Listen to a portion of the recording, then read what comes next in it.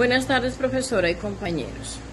Hoy en la clase de Teoría General del Proceso, en mi grupo conformado por Claudia María Carrión, Carlos Alberto Mejía, Alexander Fonseca, les vamos a presentar un análisis de un caso práctico. El caso es el hipotético de Laura Gómez contra Andrés Ramírez. Laura, de 38 años, está casada desde hace 12 con Andrés, de 42, con quien tiene 2 hijos menores de edad. Ella afirma que desde hace 3 años ha sido víctima de maltrato físico y psicológico por parte de su esposo.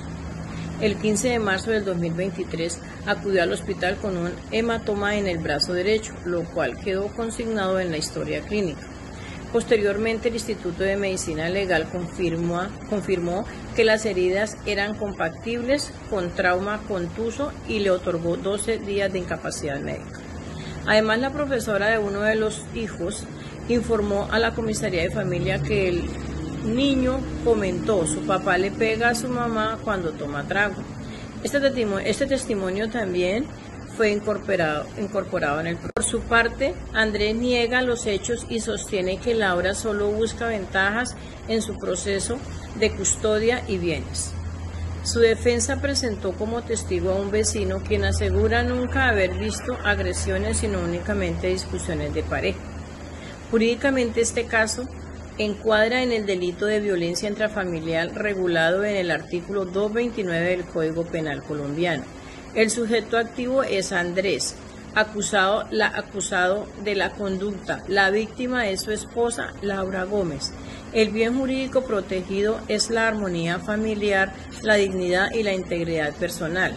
La pena establecida va de 48 a 108 meses de prisión, con un aumento por tratarse de una mujer en situación de vulnerabilidad.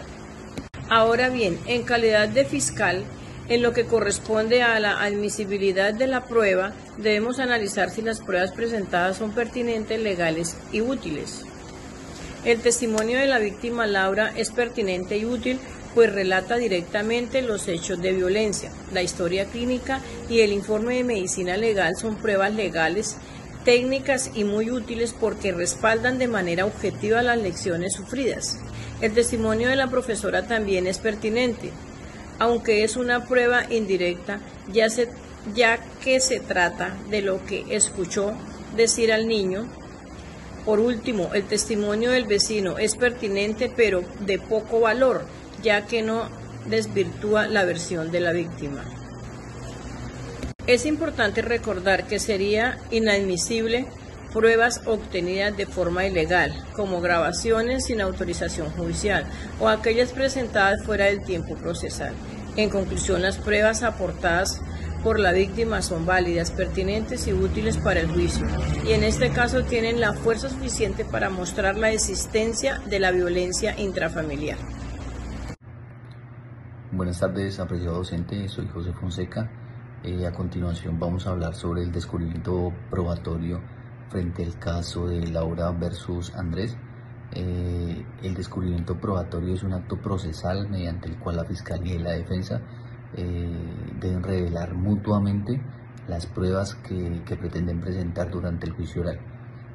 Su objetivo es garantizar la transparencia, evitar sorpresas y permitir que cada una de las partes se prepare de la mejor manera y pueda planear la estrategia de contradicción. Durante esta etapa se presenta durante el juicio o durante la audiencia de imputación de cargos, inmediatamente después de que el imputado no acepta su responsabilidad.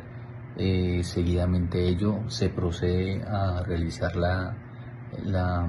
el descubrimiento probatorio. Entonces, frente a este caso, la Fiscalía debe realizar el descubrimiento de las pruebas que pretende llevar ante el juicio oral. En el caso de la Fiscalía, debería descubrir las siguientes pruebas, viendo el caso en las pruebas documentales que podría tener. Como primera medida, debería descubrir la copia de la historia clínica del 15 de marzo del 2023 de la señora Laura. Como segunda medida tendría la copia del dictamen de medicina legal, la cual le otorga 12 días de incapacidad. Y como tercera medida documental o prueba documental, la copia del informe de la comisaría de familia, en el cual se recoge el testimonio del hijo de la señora Laura y del señor Andrés, como lista de testigos, y también de parte del descubrimiento de las pruebas. Tendría que, como primer testigo, a la señora Laura como víctima, tendría que presentarlo a la fiscalía. Como segundo testigo, la profesora del niño, del menor de edad, quien le recepcionó o quien recibió el testimonio del niño.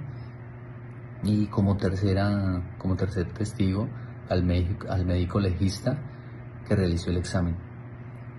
Eso si se quiere o si se pretende presentar como testigo experto durante la audiencia o el juicio oral, perdón. Pruebas materiales también se podría descubrir en ese momento, como fotografías de las lesiones que existen. En este caso, la lesión que presenta en el brazo la señora Laura.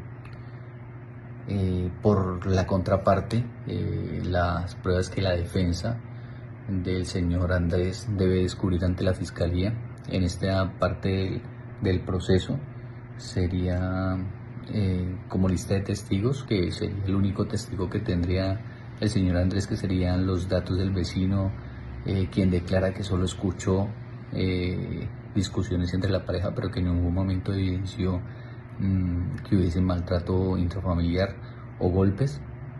Y también podría descubrir la teoría de la defensa, que en este caso sería como el de la estrategia basada en impugnar la credibilidad de la señora Laura, quienes argumentando, o la defensa argumentando que la señora Laura con esto pretendería buscar ventajas para un posible divorcio. Asimismo, cabe resaltar que los límites de la prueba son restricciones legales, constitucionales y procedimentales que delimitan cómo se pueden obtener, presentar, practicar y valorar las pruebas en un proceso judicial. Su objetivo es garantizar un juicio justo, proteger los derechos fundamentales y mantener la equidad entre las partes. Por decirlo así, dentro del proceso, si bien es cierto que se tiene el testimonio de un menor de edad, tiene ciertos requisitos para poder obtener esa prueba, para poder valorarla y tenerla en cuenta dentro del juicio oral como prueba. Lo otro también es dentro de la obtención de la prueba. No se podría obtener un testimonio por parte del señor Andrés frente a posibles amenazas o siendo amenazado y logrando logrando por parte del señor Andrés donde reconozca haber cometido el delito de violencia intrafamiliar. Digamos que todas las pruebas que se presenten ante el juez durante el juicio deben ser tomadas de manera legal, deben ser recolectadas de manera legal y también deben ser presentadas durante el periodo de tiempo establecido para poder presentarse. Ya por último, como conclusión de este caso, podemos decir que después del descubrimiento probatorio en el caso de Laura Gómez, pone en evidencia la fuerte desproporción de las pruebas entre las partes. La Fiscalía descubre que el paquete probatorio es sólido y objetivo, prueba médica, teniendo en cuenta que tiene una prueba médica, documentos oficiales de la comisaría, En contraparte, la defensa solo descubre una prueba débil, un testigo negativo que es un vecino, y una teoría que trata de dar a entender de que la señora Laura inventa todo y se autolesionaría para llegar a tener una ventaja frente a un posible divorcio, sin tener un sustento probatorio concreto que respalde esta teoría que presenta la defensa.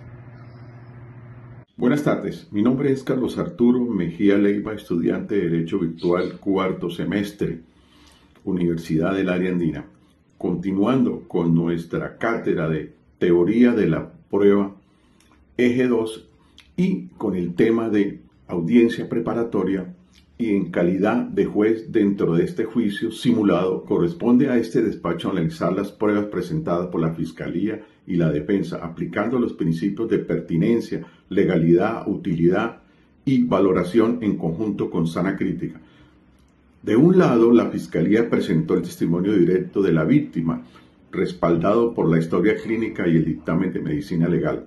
Pruebas técnicas y oficiales que demuestran la existencia de lesiones compatibles con maltrato físico. Además, la declaración de la profesora constituye un indicio adicional, aunque de carácter indirecto. De otro lado, la defensa presentó el vecino, quien señaló no haber visto agresiones, pero cuyo testimonio resulta de menor peso, dado que no estuvo presente en los momentos de violencia reportados. Este despacho recuerda que el principio de contradicción fue garantizado, ya que ambas partes pudieron conocer y controvertir las pruebas oportunamente. Luego de valorar integralmente los medios de prueba, este juzgado concluye que la versión de la víctima se encuentra suficientemente respaldada por documentos médicos y técnicos, mientras que la defensa no logró desvirtuar estos elementos con pruebas de igual solidez. En consecuencia, se declara responsable el señor Andrés Ramírez por el delito de violencia intrafamiliar tipificado en el artículo 229 del Código Penal colombiano.